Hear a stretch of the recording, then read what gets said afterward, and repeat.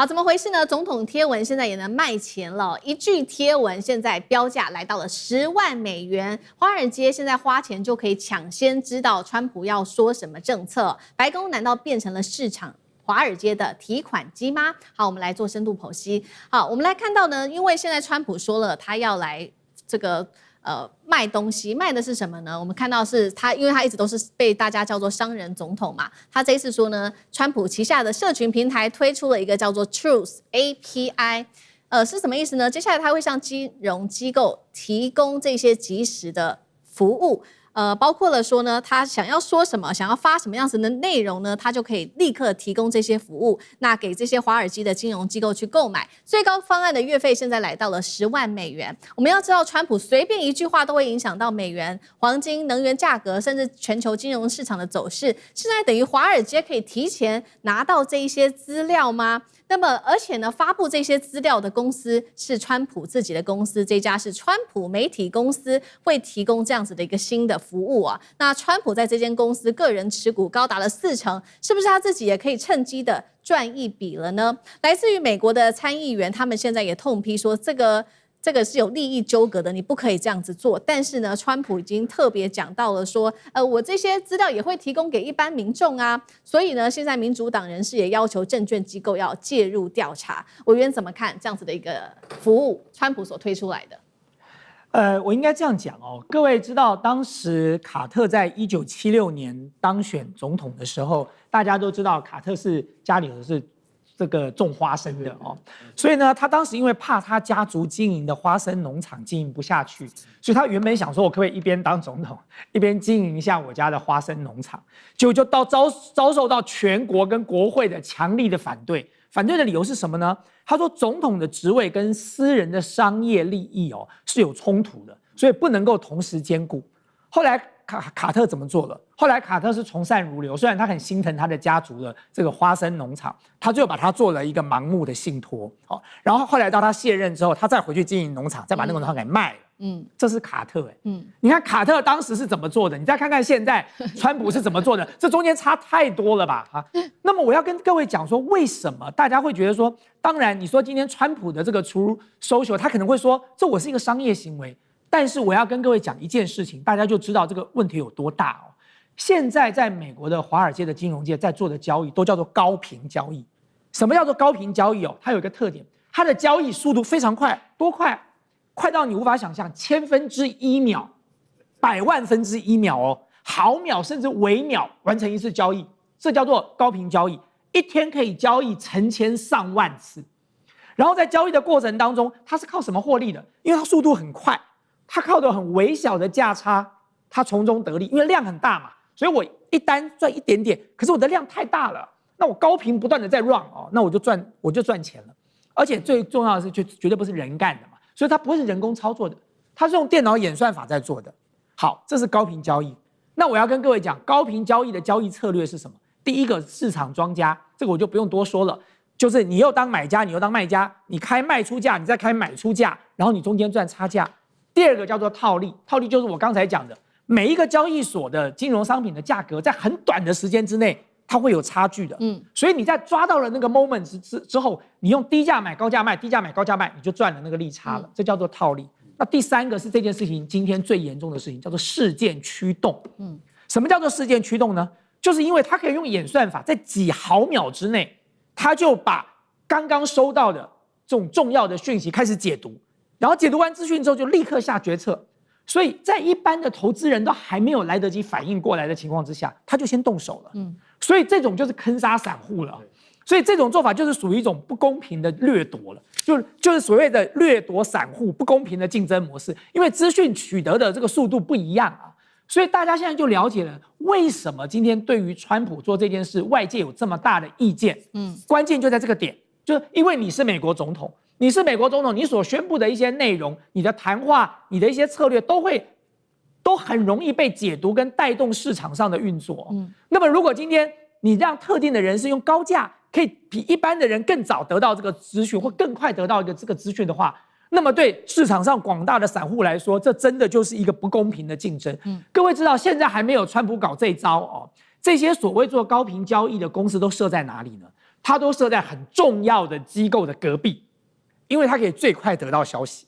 因為你想想看，重要機構在發訊息的時候，它還是有個時間差，所以呢，你只要在重要機構的金融機構、政府機構的隔壁，你就可以很快的得到消息，你就可以很快的用你的演算法去推算出來，然後很快的就下单。那麼在一般人都還沒有反應過來之前，你就已經布好局了。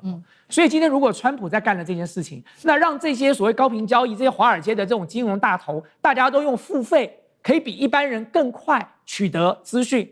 那麼當然，這個情況就會更嚴重。所以雖然白宮講說，哎呦，再快也不過就快個1分鐘，不要說快1分鐘了，快1毫秒啊，就已經差很多了。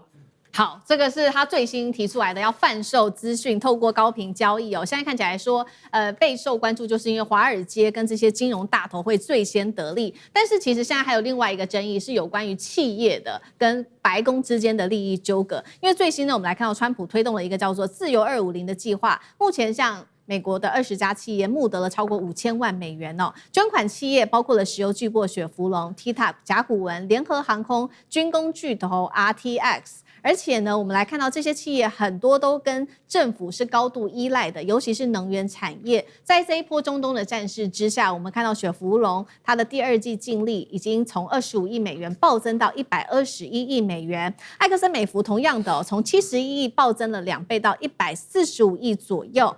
這些利益糾葛，上次哥有怎麼看？好，美國今年建國250週年哈，所以聯邦也就是全美國跟地方各州都有很多的慶祝活動，所以其實，在整個美國的國會，它就推動了一個就是官方的組織，叫做 America 250。好，川普在今年年初知道之後，他覺得聯邦就是國會在搞，那一定有民主黨的，他就不幹，他就要推出一個他自己的 Freedom 250哈。當然，所以他推出，他是一個民間組織，所以他就開始從今年年初，剛好今年80歲生日，就開始搶整個聯邦跟地方上的所有的慶祝活動哈，所以大家知道呢 ，UFC 在白宮前面的格鬥嘛，對吧？那慶祝他80歲生日，在6月中旬的時候，就花了6000萬美金哦。然後他有自由卡車全美國博覽會，這個全美國，而且8月還有一個印地賽車也是全美國哦。好，現在重點來了，一開始川普說這個部分呢 ，Freedom 250是由民間企業買單，絕對不用納稅人的部分的錢。結果呢，花太多錢了，現在左手跟國會要了1.5億美金，因為它是全國的嘛。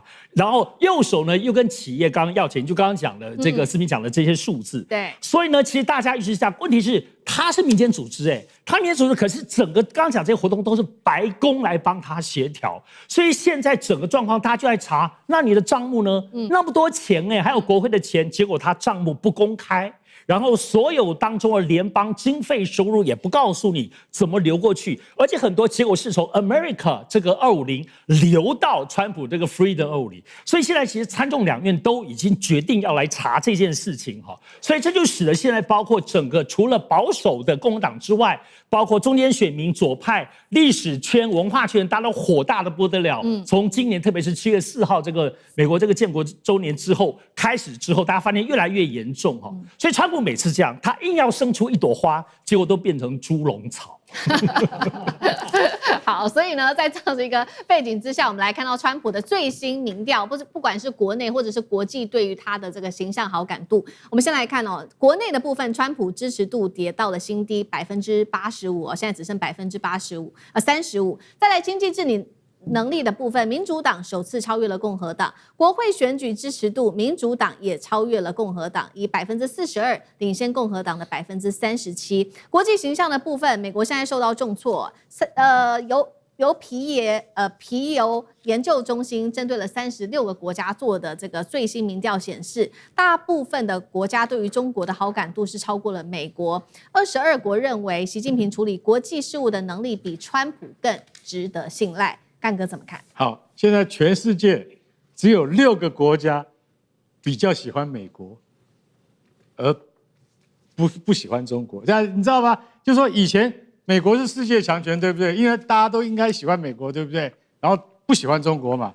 現在全世界只有6個國家，這是哪6個國家？你用猜都猜得到：日本、以色列啊，然後還有什麼印度、韓國、菲律賓、波蘭，這些都是。你放心，永遠不會背叛美國。那你就要想想看，那歐洲那麼多國家，他都不喜歡美國嗎？是，現在都不喜歡美國，尤其是他的鄰居加拿大。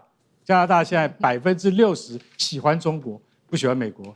墨西哥一個上一個下，墨西哥現在中國企業最多，也不喜歡美國。美國一天到晚徵我們關稅，抓我們人民，遣送我們的老百姓要偷渡的啊，不管是不是毒販，統統趕回來。